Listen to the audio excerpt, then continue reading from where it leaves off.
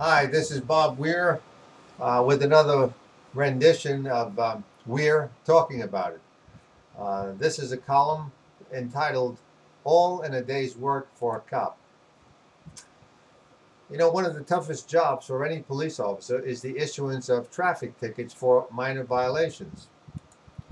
It's one thing to stop someone traveling several miles per hour over the limit and remind him of the dangers of speeding as you cite him with a costly document that will reinforce the advice. But the idea of stopping some guy on his way home to or from work to hit him with a summons for not using his turn signal or for an expired inspection tag makes the officer appear petty towards someone who is not exactly a menace to society.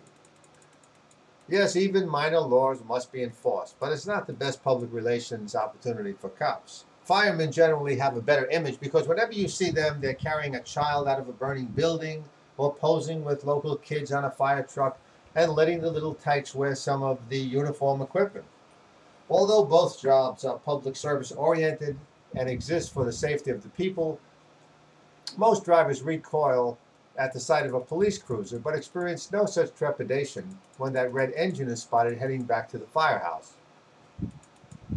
How often have you spied one of those marked units in your rearview mirror and not quickly glanced at your speed? If you notice that you're a bit lead-footed, you're reluctant to step on the brakes because the officer will notice the red warning lights in the rear. However, if you're casually driving along and suddenly notice a unit coming your way or parked on the side of the road, you might have a sudden impulse to tap the brakes a little just in case you had been a bit heavy on the gas pedal. Then your eyes keep a close watch on the actions of the uniformed driver as you anticipate your possible fate. Will those roof lights go on, signaling for you to pull over? It's an image that could ruin anyone's day. During 20 years as a cop in New York City, I don't ever remember making a driver happy about getting a ticket.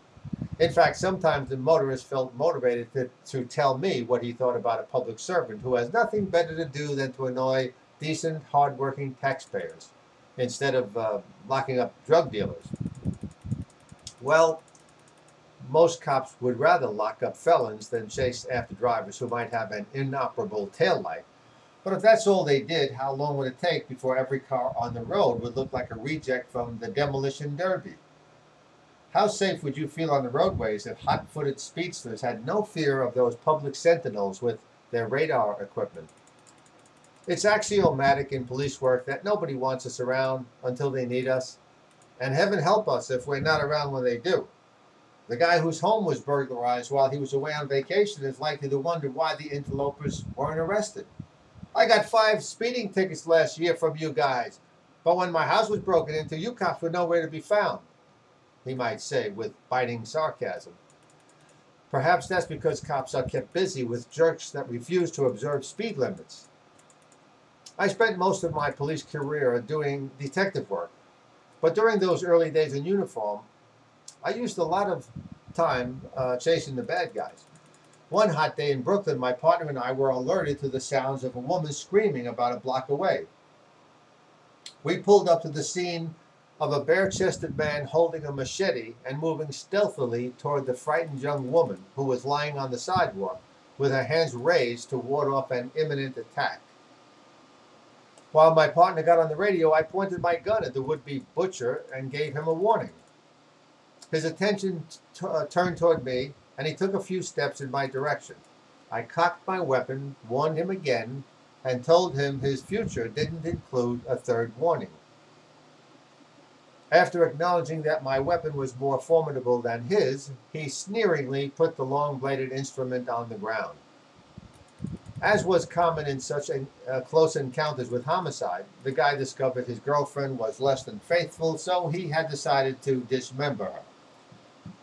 He was arrested, and she was grateful to us for keeping her from going all to pieces over the guy. Well, later that same day, I stopped the driver for zooming past a red light. As I wrote out the ticket, he exclaimed, "Why don't you guys do some real police work instead of always harassing people?" This is Bob Weir with a chapter of We're Talking About It. See you next time.